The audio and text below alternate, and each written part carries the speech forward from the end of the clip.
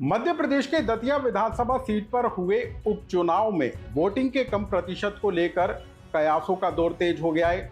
Voting के प्रतिशत को लेकर सियासी दल इस बात के गुड़ा भाग में लग गए हैं कि वोटिंग का कम प्रतिशत किसके हिस्से में जीत और किसके खाते में हार डालेगा। लेकिन दतिया विधानसभा सीट का उपचुनाव अब इस बात को लेकर चर्चा में आ गया है कि उपचुनाव के दौरान महिला वोटरों का रुझान कम देखने को मिला है। साल 2023 के विधानसभा चुनाव में लाडली बहना योजना बीजेपी के लिए गेम चेंजर साबित हुई थी।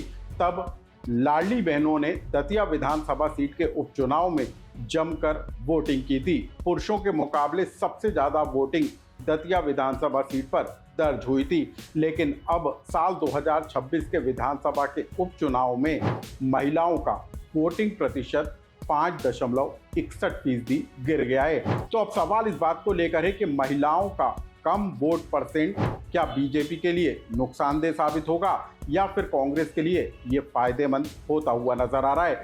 आखिर वोटिंग के कम प्रतिशत से लेकर महिलाओं के वोटिंग के प्रति कम रुझान को लेकर क्या गुड़ा भाग निकल कर आ रहा है और इस कम वोटिंग परसेंट से किसको फायदा मिलता हुआ दिखाई दे रहा है, इस खबर को जानिए।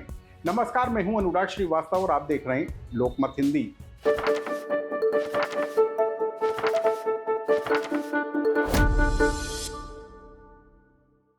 साल 2023 के विधानसभा चुनाव में बीजेपी की लागू लाडली बहना योजना गेम चेंजर साबित हुई थी और तब प्रदेश की आधी आबादी ने बढ़ चढ़कर वोटिंग की थी और इसका सीधा फायदा बीजेपी को मिलता हुआ नजर आया था। मध्य प्रदेश के दतिया विधानसभा सीट पर भी साल 2023 में लाडली बहनों ने जमकर वोटिंग की थी और तब पुरुषों के मुकाबले दतिया विधानसभा सीट पर महिलाओं का वोटिंग परसेंट कहीं ज्यादा रहा था। लेकिन अब जबकि मध्य प्रदेश के विधानसभा में दतिया विधानसभा में उपचुनाव हो चुका है और जो वोटिंग का प्रतिशत निकल कर आया है वो बेहद चौंकाने वाला है।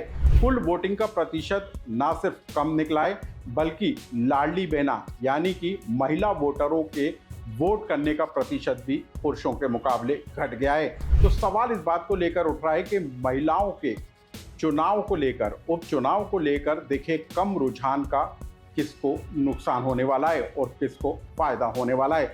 सबसे पहले आप जान लीजिए कि आखिर किस तरीके से दतिया विधानसभा सीट के उपचुनाव में वोटिंग हुई और कब कितना वोटिंग परसेंट निकल कर आया।